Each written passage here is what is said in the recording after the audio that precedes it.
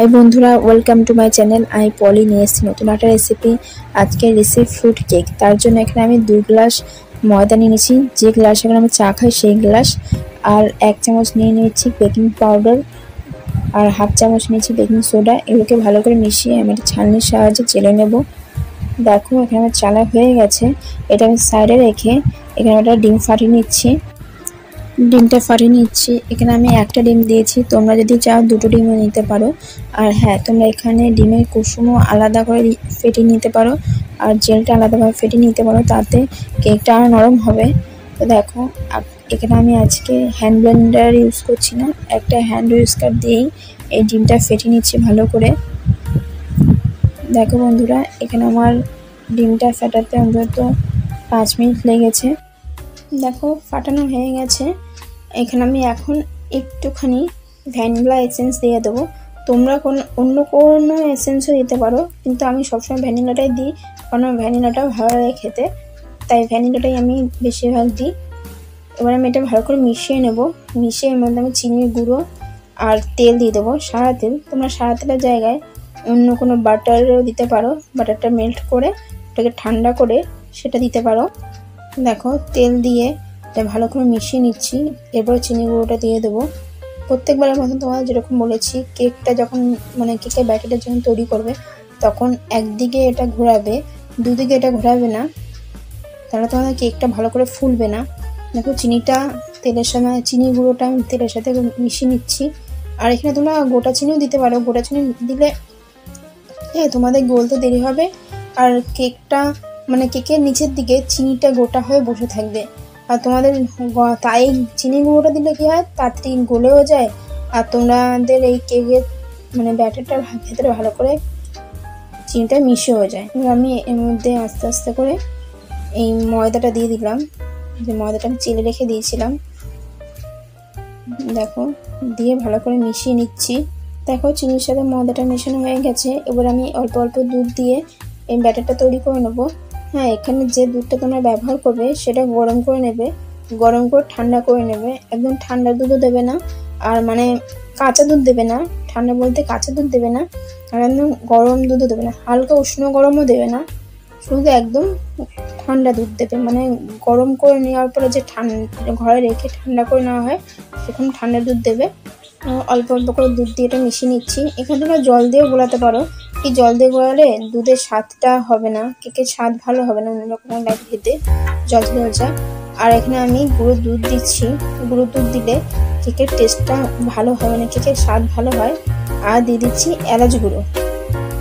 এলাচ গুঁড়োটা দিলেও কেকটা খেতে খুব সুন্দর হয়, এটা অন্যরকম গন্ধ আসে কেকটা দিয়ে।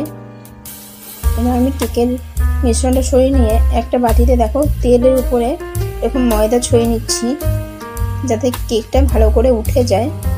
ময়দাটা ছড়ানো হয়ে গেছে। এর মধ্যে আমি একটা গোল করে কাগজ কেটে নিয়েছি, সেই কাগজটা বাটির নিচে দিয়ে দিলাম। তোমরা সবসময় অ্যালুমিনিয়ামের বাটি ব্যবহার করবে, স্টিলের বাটি ব্যবহার করলে কি হয়, তোমাদের স্টিলের বাটিটা তাড়াতাড়ি গরম হয়ে যায় আর সাইড থেকে পুড়ে যায়। আর তোমাদের যদি কেক মোল্ড থাকে তাহলে তো খুবই ভালো কথা, নাহলে আমি এরকম যে অ্যালুমিনিয়ামের বাটি নিয়েছি, এরকম অ্যালুমিনিয়ামের বাটি নিয়ে নেবে, আর এরকম কাগজ কেটে লাগিয়ে নেবে। তোমরা যদি কাগজটা না দিতে চাও তাতেও কোনো অসুবিধা নেই, আমি দিই কারণ একটু তাড়াতাড়ি তুলতে সুবিধা হয়, এই কারণে ময়দা গুঁড়োর উপরে কাগজটা দিই। দেখো এবার আমি কিছুটা টুটি ফুটি কাজু কিশমিশ নিয়ে নিয়েছি, তার মধ্যে এরকম ময়দা ছড়িয়ে নিচ্ছি, যাতে এটা সব দিকে ছড়িয়ে থাকে, কেকের ব্যাটারের ভেতরে। আর যদি ময়দা গুঁড়োটা না দিই তাহলে একদম নিচে চলে যাবে। এবার আমি এই টুটি ফুটিগুলো এই ময়দার যে ব্যাটারটা তৈরি করেছিলাম, কেকের ব্যাটারটা, সেটার মধ্যে দিয়ে দেবো, ভালো করে মিশিয়ে দেবো। দেখো এখানে সবকটা দিয়ে কিছুটা রেখে দিয়েছি। টুটি ফুটিগুলো ব্যাটারটার মধ্যে আমি দিয়ে ভালো করে মিশিয়ে নিচ্ছি, যাতে পুরো ব্যাটারটার মধ্যে ভালো করে মিশে যায়। আর তোমরা এর মধ্যে টুটি ফুটি ছাড়াও যেরকম কাজু কিশমিশ, তারপর পেস্তা, আমন্ড আর মোরব্বা, যেটা আমরা কেকের মধ্যে পেয়ে থাকি, এগুলো সব দিতে পারো। আমি শুধু টুটি ফুটি আর কাজু দিচ্ছি কিছুটা। দেখো তারপর আমি এরকম একটা বাটিতে, যে বাটিটার মধ্যে ময়দা তেল মিশিয়ে রেখে দিয়েছিলাম, মাখিয়ে রেখে দিয়েছিলাম, তার মধ্যে এটা ঢেলে দিচ্ছি। পুরোটা ভালো করে ঢেলে নিয়ে এই ময়দার মিশ্রণটাকে বাটির শুদ্ধ আমি 5-6 বার ট্যাপ ট্যাপ করে নেবো, মানে ঠুকিয়ে নেবো যাতে এই ভেতরে বাবলসগুলো বাইরে বেরিয়ে আসে আর কেকটা তৈরি হয়ে যায়। এক ফোঁটা কেক যাতে না ফেটে যায় তার জন্য।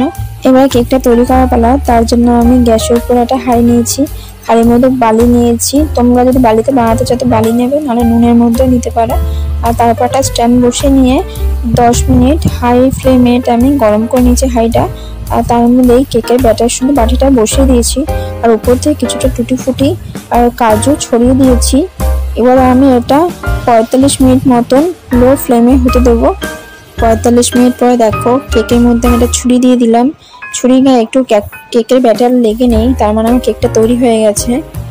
এবার আমি এটা ঠান্ডা করে কেকটাকে ছাড়িয়ে নেব, মানে কেকে থেকে কাগজটা ছাড়িয়ে নেব। দেখো আমরা এখানে কেকে থেকে কাগজটা ছাড়িয়ে নিয়েছি আর কেকটা কত সুন্দর ফুলেছে, একটু ফাটেনি আর একদম নরম স্পঞ্জি হয়েছে। আজকে টুটি ফুটি ফ্রুট কেক তৈরি হয়ে গেছে। তো তোমরা এরকম কেক বাড়িতে বানিয়ে দেখো তোমাদের কেমন লাগছে, আর অবশ্যই একটা কমেন্ট করে বলো তোমাদের আজকের রেসিপিটা কেমন লাগলো। আর আমার চ্যানেলে যারা নতুন তারা আমার চ্যানেলটা সাবস্ক্রাইব করে পাশে থাকা বেল আইকনটি অবশ্যই অল করে দাও, যাতে আমার সব রান্নাগুলো তোমাদের কাছে পৌঁছায়, সবার প্রথমে পৌঁছায়।